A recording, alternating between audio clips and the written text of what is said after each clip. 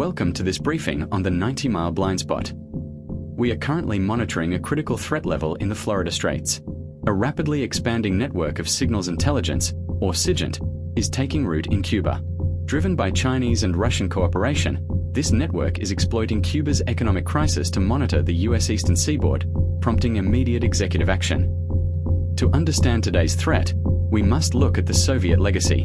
From 1962 to 2002, Cuba hosted Lourdes, the Soviet Union's largest overseas SIGINT facility, which provided roughly 75% of Soviet military intelligence on the U.S. While Vladimir Putin officially closed it in 2001, reports of its revival surfaced in 2014. Today, the site reportedly houses Chinese and North Korean intelligence officers under the guise of Havana's Information Technology University. Current satellite analysis identifies 4 active facilities with clear intelligence gathering capabilities. These are strategically positioned to intercept U.S. communications. They include Bejucal, the largest active site with space tracking capabilities, Bejucal, a compound used for terrestrial interception, Calabeza, which handles communications and space monitoring, El Salao, a new construction from 2021 focused on high-frequency direction finding.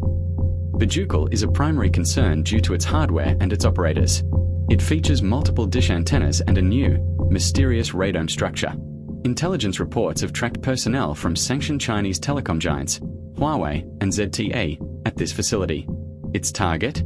Intercepting downlink communications and telemetry data from U.S. rocket launches at Cape Canaveral, specifically targeting SpaceX's Falcon 9 and Falcon Heavy systems. El Salao represents the newest expansion. Construction began in 2021 on a circularly disposed antenna array, CDAA, with a diameter of up to 200 meters. It has an estimated tracking range of 3,000 to 8,000 nautical miles. Critically, this site is located just 70 miles from U.S. Naval Station Guantanamo Bay. Interestingly, local reports link its construction to a $120 million port expansion project financed by China.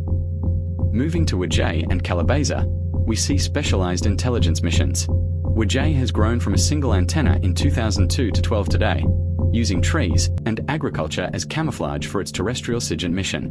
Calabeza focuses on space monitoring with upgraded dish and vertical antennas.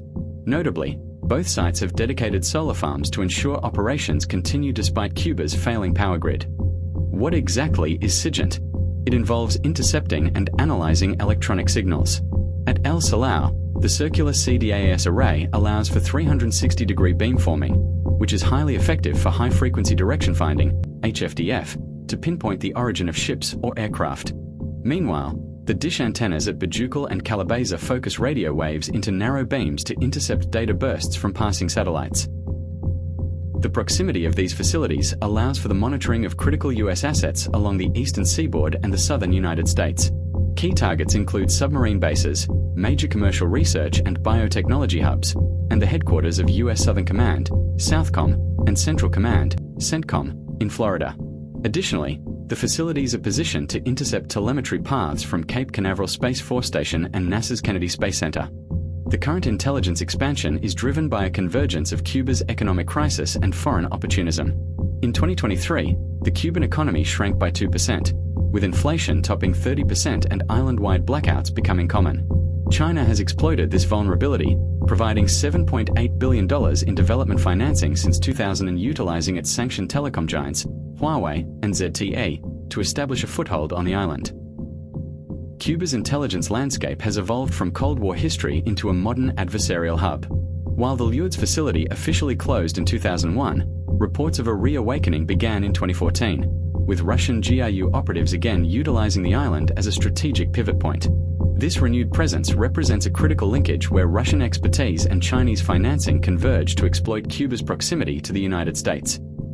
Analysts must distinguish between aging hardware and documented operational capabilities. While some equipment appears dated, persistent upgrades at sites like Bejucal and Calabeza, including dedicated solar farms to bypass local power failures, signal a long-term commitment to readiness.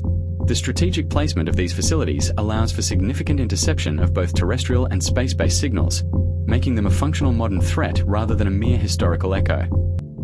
The 2026 executive order marks a decisive shift in U.S. policy, treating the Caribbean as a contested frontier of great power competition.